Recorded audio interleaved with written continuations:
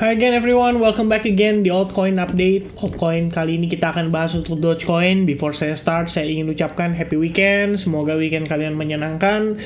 Selamat beristirahat dan selamat berholiday. Dan yuk kita langsung bahas ke Dogecoin.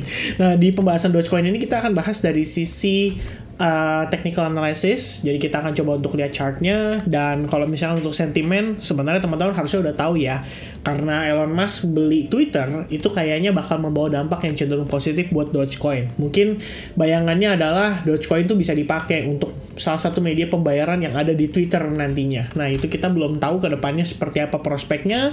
Kalau dari sisi fundamental, karena Elon Musk nggak ngomongin secara spesifik kalau dia akan istilahnya mengkombinasikan Dogecoin dengan Twitter gitu ya. Tapi ya kita harapkan yang terbaik aja buat Dogecoin community atau Dogecoin army ya. Nah, sekarang before kita masuk ke dalam penjelasan di time frame daily, saya pengen review sedikit, ajak teman-teman kembali ke analisa saya untuk Dogecoin di kisaran 4 bulan lalu ya. Jadi semenjak dia dump pertama kali di bulan Juni, kita udah sempat ngeplot satu area yang saya katakan sebagai area super pentingnya dia, major support, karena memang kalau diperhatikan ini di kisaran 0,077 itu merupakan area resistance sebelumnya, dan take off-nya itu dari kisaran angka 0,05 dolar. Semenjak itu kita lihat Dogecoin naik signifikan sampai sempat hampir mencapai 1 dolar. Oke. Nah, jadi setelah kita lihat situasi tersebut, terakhir 0,7 ya, saya ralat teman-teman. Nah, jadi semenjak kita mention soal kondisi tersebut, ini range-nya masih sama ya, support levelnya masih sama, dan sampai dengan saat ini ternyata sangat respected.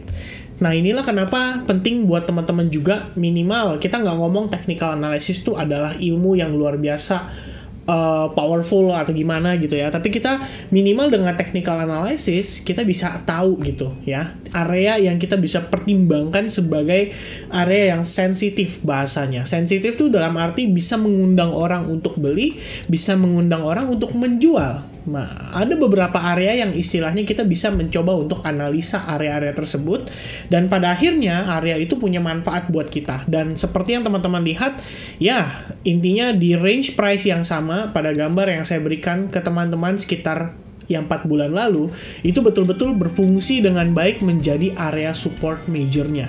Jadi kalau misalkan memang teman-teman seandainya ada yang suka banget dengan Dogecoin dan mempertimbangkan, ya kalau buat saya sih pertimbangannya adalah Dogecoin ini koin yang didewakan lah sama si Elon Musk. Anggapannya kan seperti itu.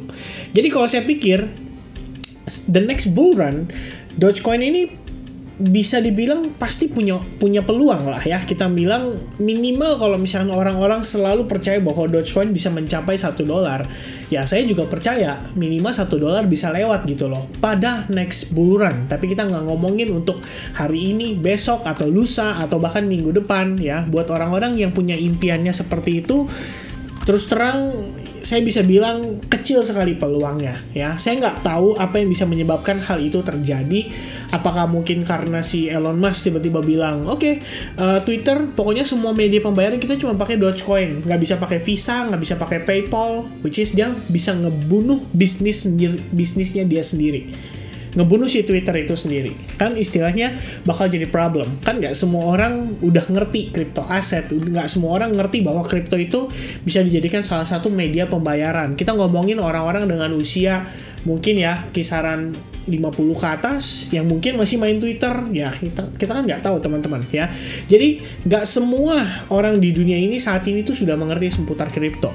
Tapi seandainya itu yang dilakukan Elon Musk, nah itu mungkin possible untuk 1 dolar dalam seminggu ke depan.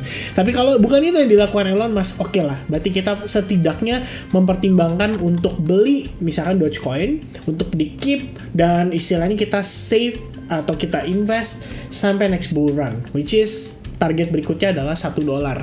Kalau dari sekarang aja ke 1 dolar, ya lebih kurangnya masih bisa dapat 10 kali lipat, lebih dikit lah teman-teman sekalian. Jadi saya pikir Dogecoin adalah salah satu crypto aset yang mungkin bisa dipertimbangkan untuk dipegang, paling tidak karena kita tahu Elon Musk di sini serius lah ya dalam, kita bisa bilang dalam Dogecoin-nya ataupun dalam hal-hal yang dia kerjakan, dan semua sentimen yang berhubungan dengan Elon Musk itu juga pengaruh ke Dogecoin. Jadi suatu hal yang menurut saya cukup menarik. Alright, yang pasti selalu pahami ada yang namanya resiko. dan kita nggak pernah tahu resiko itu bisa terjadi sewaktu-waktu. Contohnya aja Mark Zuckerberg dengan Meta Facebooknya yang sahamnya dari awal tahun itu udah turun sekitar 70%-an lebih, which is udah membuat saham Meta saat ini bisa dibilang cukup parah. Dan bahkan untuk teknologinya sendiri, Facebook itu kalau saya terakhir nggak salah baca, tidak melewati 20 besar, ya, di atas 20 besar untuk seukuran teknologi sebesar Facebook, teman-teman, sebesar Meta. Alright, so itu ya penting, perlu di-note. Makanya mungkin itu yang bikin WhatsApp kemarin down juga ya. Nah, sekarang kita ngelihat bagaimana progres daripada si Dogecoin. Sementara sebenarnya level $0.78 ini memang sebagai area resistance kita yang sudah berhasil di break. Cuman terakhir kali kita break di sana itu kita cuman ngepoke, ya. Ngepoke itu istilahnya kayak cuman twing keluar dikit terus dia langsung masuk lagi. Nah, di sini saya berasumsi ada dua area resistance berarti yang kita perlu perhatikan. Yang pertama adalah di $0.78 itu sendiri. Seperti yang kita bisa lihat di sini, ada reaksi ketika harga menyentuh level tersebut. Dan berikutnya adalah area supply yang ada sedikit di atasnya, yaitu di kisaran area $0.8875. Simple karena posisi terakhir dia membentuk semacam, ya kita bisa consider ini seperti falling wedge atau apa, yang pasti dia break, dan artinya ada ketidakseimbangan harga di sini di mana lebih banyak supply dibandingkan orang yang mau membeli. Nah, hal tersebut yang menyebabkan harga drop dan down, dan pada akhirnya level tersebut harusnya kita bisa consider sebagai potensi area supply. Alright. Nah, menariknya adalah untuk Dogecoin, kalau kita lihat sedikit, kita zoom out sedikit, ini sebetulnya terdapat sebuah trend line ya, yang bisa dihubungkan dari high level sebelumnya, which is di sini, dan terakhir di level yang kita baru saja berhasil break. Dan memang istilahnya sentimen yang diciptakan oleh Twitter menurut saya cukup besar ya untuk pergerakan Dogecoin. Jadi nggak heran kalau misalkan somehow area ini berhasil di break. Nah, sekarang yang menjadi tantangan untuk si Dogecoin menuju ke next bullish momentum adalah dia harus berhasil break atas area supply yang tadi saya mention, dengan reason yang tadi saya sampaikan juga. Jadi kalau misalnya untuk situasi kita saat ini, sebetulnya ini kalau dilihat-lihat 5 jam dari sekarang sih harusnya possible banget ya untuk Dogecoin close candle di atas si trend line-nya dan juga di atas area resistance ini, which is saat ini next resistance adalah di kisaran $0.089.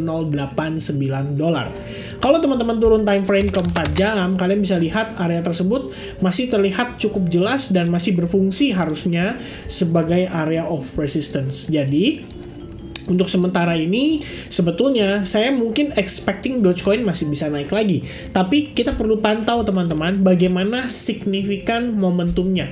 Kalau misalnya kalian bisa lihat saat ini saya ubah chartnya sedikit ya, kalau logaritmik biar kelihatan lebih rapi aja. Kalian bisa lihat di sini sangat powerful, berarti ini awal mula sentimen mulai terasa. Nah, semakin ke sini, ini agaknya mungkin tidak terlalu mudah ya untuk si Dogecoin itu bisa langsung nanjak lagi. Karena permasalahannya adalah ada orang yang melakukan akumulasi lumayan lama dari harga yang di bawah, dan pastinya ada orang-orang yang interested untuk take profit di sana. Jadi sell order itu harusnya akan terasa. Nah, kalau kita lihat saat ini, rejection yang terjadi itu benar-benar precisely berada di high level pada pergerakan beberapa saat yang lalu. Jadi memang di level inilah kita perlu pantau. Kalau misalnya somehow si Dogecoin itu bisa bertahan di atas resistance area ini dan dia break lagi dengan sangat impulsif, maka area ini akan menjadi area penting untuk berikutnya. Tapi kalau misalnya seandainya Dogecoin di sini tidak mampu, misalkan dia fake out atau dia kemudian kembali turun dan breakdown dari resistance area, maka kalau saya personally mungkin akan expect Dogecoin untuk koreksi dulu. Minimal dia bisa ngejar sampai kisaran area $0.78 pada time frame daily, which is di resistance pergerakan yang terakhir. Jadi kalau kita lihat di sini sebenarnya nggak terlalu kelihatan ya, $0.78 tuh agak ada di tengah-tengah nih posisinya. Nah, jadi mungkin kalian bisa gunakan Fibonacci retracement juga untuk mencari tahu potential area yang bisa direvisit oleh si Dogecoin. Baru buat teman-teman yang mungkin tipikalnya trading di futures market bisa pertimbangkan untuk manfaatkan di long position. Kalau misalkan buat yang melakukan akumulasi, sebetulnya saya personally pun sudah mempertimbangkan untuk melakukan akumulasi pada Dogecoin, karena kita ngomongin Doge ini untuk potensi di next bull run. Oke, mudah-mudahan itu aja dulu penjelasan dari saya seputar Dogecoin. Mudah-mudahan cukup jelas. Sampai ketemu lagi di update Bitcoin berikutnya. God bless everyone. Have a nice weekend. Cheers guys. Bye bye.